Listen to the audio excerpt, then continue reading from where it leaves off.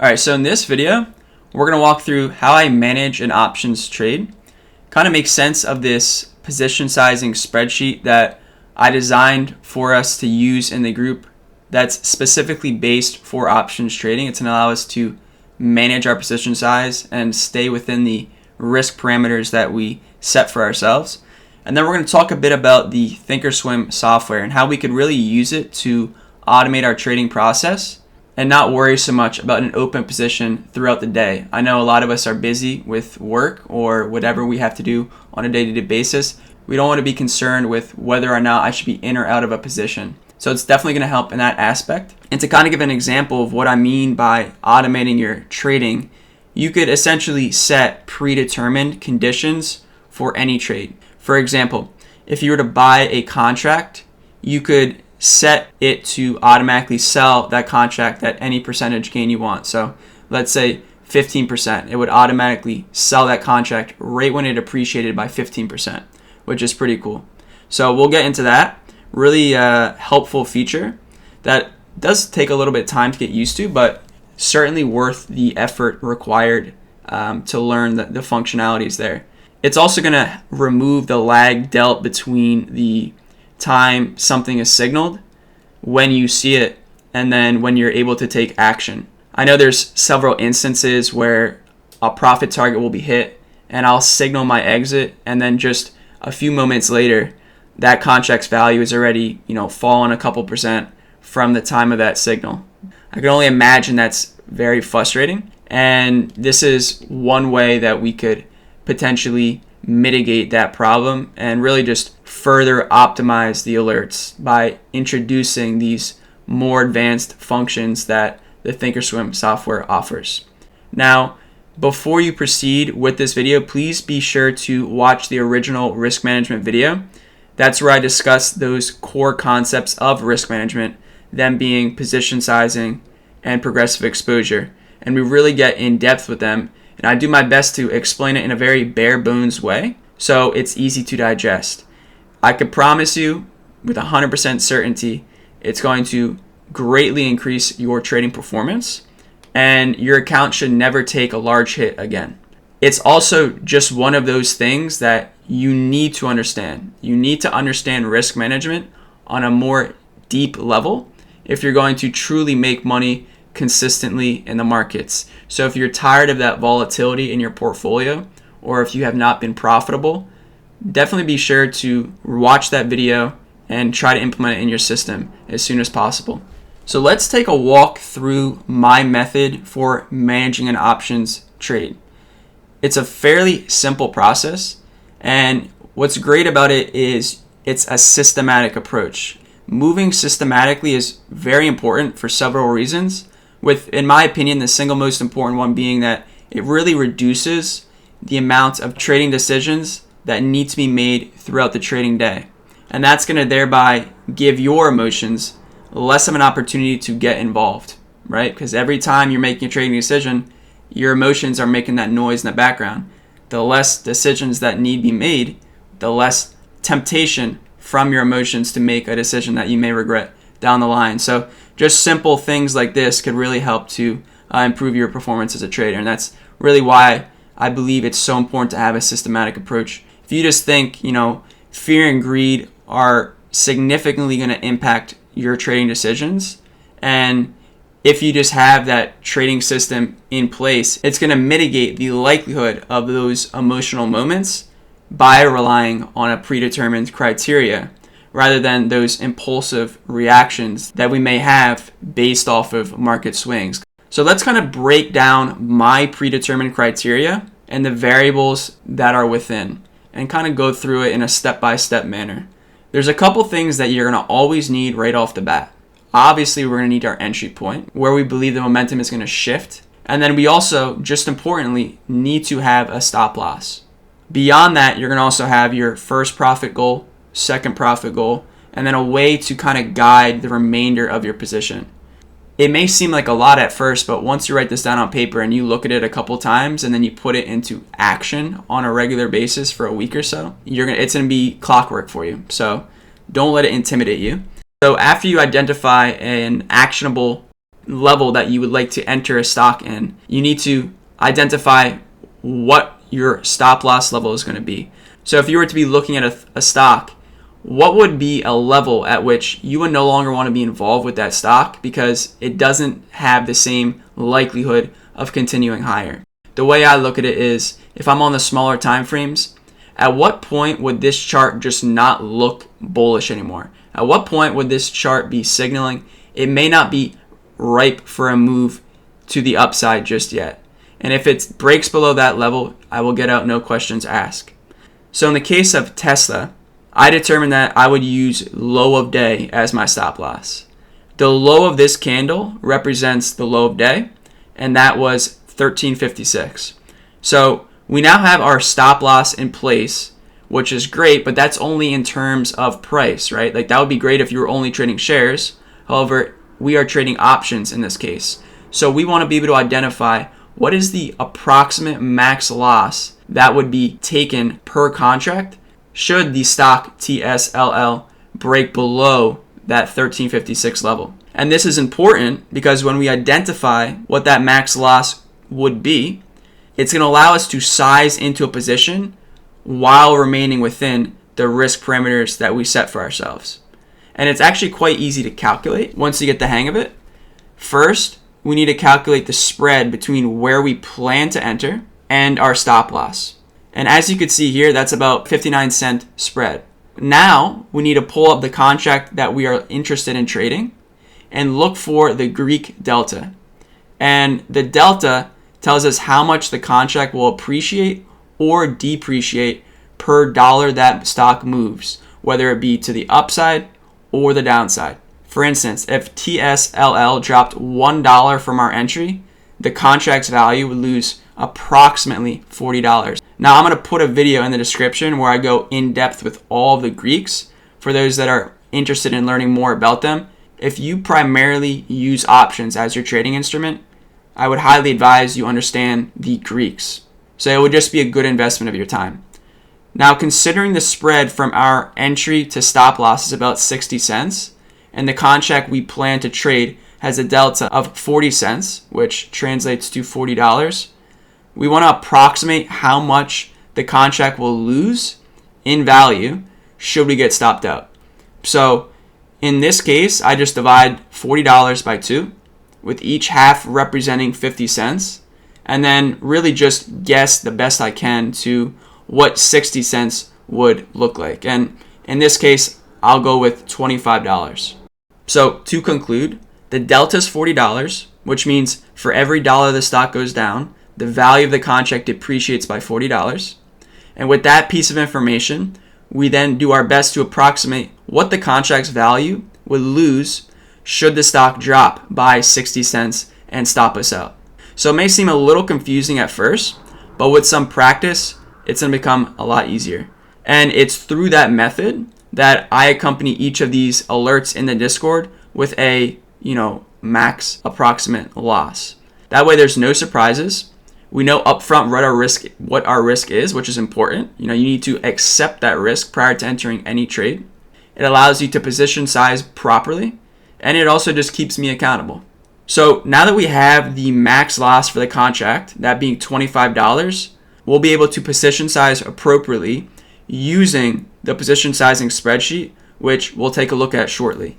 That really was the more difficult part of my process. That would be what I would consider step 2. Step 1 being you identify a pivot where you're looking to get involved with the stock. Step 2 would be identifying stop loss level and then figuring out what your max loss is per contract. And then step 3 is really going to be something that you don't need to do every trade anyways, because it's going to be a predetermined criteria. And I'm talking about selecting profit targets. For me, I use percentage gains when it comes to trading options. It's a very simple way of trading. The first trim, I'll sell half my position once the contract appreciates by 15%. And at the same time, after that first trim, what I'll do is more likely than not, I'll move my stop loss up to break even on the remainder of the position. The only time that I would not is if I believe this stock is really just starting its move. If there's any kind of doubt at all as to whether or not it is the beginning of a move, I'll just move my stop loss right up to break even. Now, once that contract appreciates by 25%, I will sell another half of my position. And how I manage a position beyond this really depends on the price action of the chart, but I'll generally hold on to the remaining position with some sort of trailing stop, that being a moving average on the shorter term time frames. However, you could also just stick to the percentage method to manage the remainder of your position. So it would make most sense, in my opinion, that third trim would be around 50%, at which you then sell half of that your remaining position. And then finally look to close the position out at, let's say, a 75% gain. What's important is that you stick to whatever the rules are you set for yourself. If you stick to the rules that you set for yourself, you're going to trust your decision making more, and there's going to be a lot less self-doubt when it comes to anything in trading. It's a very satisfying feeling when you have a simple system like this put in place, and it's going to vastly decrease those emotional decisions that you make and just anxiety as a whole for a trader. And this system, where we're selling multiple times as the trade matures, is what's referred to as scaling out a position.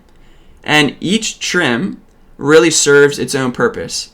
That urge to take profit in a trade is very powerful, and oftentimes it leads to that premature exit that we all frustrate ourselves with so many times. So it's going to get in the way of those bigger profits. My thought process is, why not just satisfy that urge of locking in some profit while at the same time leaving that door open for a potential larger gain? And these trims really help to alleviate your fear. You know, that voice in your head that tells you, just take the profits, the market's probably going to reverse. That's my system, fairly straightforward. Now let's take a look at the position sizing spreadsheet and make sense of it. And I'll put a link to it in the description. Let's assume you have an account size of 2,500 and you're willing to risk 1% per trade. That would equate to 25% in terms of dollar amount that you can risk per trade. Remember that if you're practicing progressive exposure, the amount at risk will fluctuate based on your performance. And the idea behind that is we want to be risking the smallest amount when our performance is poor, or perhaps the market environment is just not favorable to our trading style.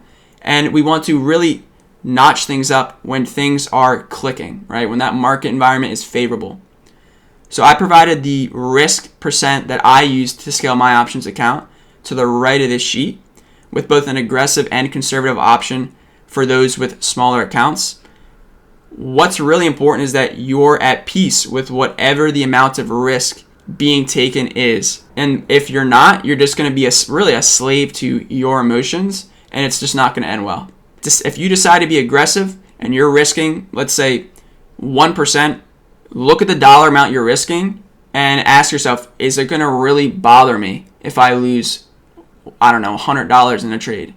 Is it going to cause me to not take as many trades, even though my criteria is met for taking them because of that fear of loss? If that's the case, tone it down. Over here, we have the entry column, and you're just putting in the contract's value at the time of purchase. So in TSLL's case, it was $1.15, which translates to $115. The stop loss would be the max loss determined, subtracted from the contract value. So 115 minus 25, giving us a stop loss of 90. So should this trade be a loss, the value of the contract we purchased would be approximately $90, resulting in a loss of $25 on that contract. And based on the dollar risk we're allowed to take, we would be buying one contract for this trade. Now, an issue I see with a lot of people, and I dealt with this as well, is you feel like because you're only buying one contract, you're not going to make as much money. Obviously, you're not going to make as much money as people that are buying 3 or 4 contracts, but you have to really look at it as you earn the right to buy more contracts. If you're following healthy risk parameters that is really necessary to find consistent growth, you're going to need to be at peace with the fact that I have a smaller account. I'm going to have smaller positions in the early stages of my trading career. However, During that time, I'm going to develop a better understanding of the markets. I'm going to improve as a technical analyst. I'm going to develop a confidence behind my ability to trade. And through that progression, you're going to grow your account. And through the growth of your account, you will then earn the right to trade a larger amount. Now, if you're only able to buy one contract, you might feel a little bit of FOMO, right? You think that this can be a great trade, and you may be tempted to break your rules, to step outside of the risk parameters you set for yourself as a trader. And you know what? This time, I'll buy 2 contracts, right? I'll risk more than amount I should be. And that's number one, just going to start a chain that you'll start to do that more and more often. But if you do have an instance where you are only able to buy one contract, I would recommend always trying to hold to that second trim of 25%. And the reason I could say this, and this is when you're trading my alerts, based off of my data. So if we just look at this alert spreadsheet, so the track record that we have here in the last 3 months or so, generally speaking, there's a pretty good likelihood that if a trade is a winner, meaning we've had at least one trim, there's going to be a second trim in many cases. So if we were to look back the last 3 months specifically, out of the 21 winning trades, 14 managed to get to a second trim.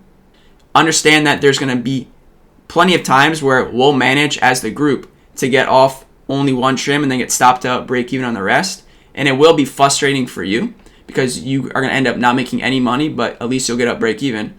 However, you need to be at peace with that. If you're going to incorporate that into your rules, where if you have only one contract, you're going to make sure you trim at the second target. So hopefully that makes sense. Just an idea, really.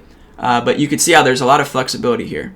So back to the example. Let's say we get that first 15% trim at $133. But you hold on to it and manage to close out your contract at a value of $144, resulting in a 25% gain. That would yield you a $29 gain, which we would then input here. And then you can see your new total equity is then updated. I want to do one more where we have a large enough position to trim several times throughout that trade's duration. So let's pretend we had 2 consecutive winning trades. And based off of the rules we've set for ourselves in terms of progressive exposure, we increase our risk to 2%, giving us the ability to risk $50 per trade now. We're looking to buy a contract valued, let's say $50, with a max loss of $5 per contract, giving us a stop loss of $45. This then gives us the ability to buy 10 contracts. And let's assume that we reach our first price target of $58. We would then sell half of our contracts for a profit and move our stop loss up to break even on the remaining position. This is just based off of the predetermined criteria that we set for ourselves, where we will sell half our position at 15%. We then sell half of our remaining 5 contracts. Whenever I'm dealing with an odd number, I always round it up. So in this case, we obviously can't sell 2.5 contracts. I'll sell 3 contracts instead. So we've now trimmed our position on 2 different occasions and have scaled out considerably. We really want to allow the remaining position to have as much room to breathe as possible. Really let it work for us. Assume the stock moves favorably and reaches the next predetermined percentage gain we set for ourselves, that being 50%. We're then going to sell half of our remaining position, that being one of our 2 remaining contracts, for 50% gain. And you can see that each time I trim a position, I'm accompanying the contract's value with the number of contracts sold in order to calculate the profit and loss later. By this point, we've trimmed into strength on 3 different occasions and moved our stop loss up to break even after that first trim. You'll notice that with each successive trim, your mind really just is able to relax more, and you feel a lot more comfortable letting the rest of that position attempt to capture you a larger gain. And this is really what it means to let your money work for you. This trade turns out to be a home run, and we reach our final trim target of 75%, closing out the remainder of the trade at a contract value of $90. Let's now tally up our profits and really demonstrate the power of letting our winners run. The first trade resulted in us selling 5 contracts for an $8 gain per contract, $40 total. The second, a $15 gain per contract, $45 total. The third for a $25 gain, and the final at a $40 gain, resulting in a $150 profit on the trade. If you were to compare that to if we just sold the entire position at the first target, we would have only made $80, right? $8 profit times 10. So we almost doubled our money just by following our system. We just take into account the psychological stressors that we face as traders. We then incorporate a simple system that helps us suppress them by scaling out. And the idea is really just it makes it easier on us mentally. And this is really why it's just so important to integrate a systematic approach across all things trading. It's really through this that you release yourself from the grasp of those emotional decisions. Now, because this video has already ran about 20 minutes long, I'm going to go ahead and just make a separate video that covers how I automate my trading process. Expect that out in the next week or so. I just don't want to make this video too long. So in this video, we covered the method I practice for scaling out of an options trade, along with a way to approximate how much value a contract would lose using the Greek delta. I hope that everyone does consider using this position sizing spreadsheet. Managing risk is really just the most important thing for a trader. And it's really the difference between one who's going to be long-term profitable versus one who is not. If you do have any questions, please feel free just to ask them in the Discord. That way everyone could benefit from the responses. And until the next video, have a good rest of your day.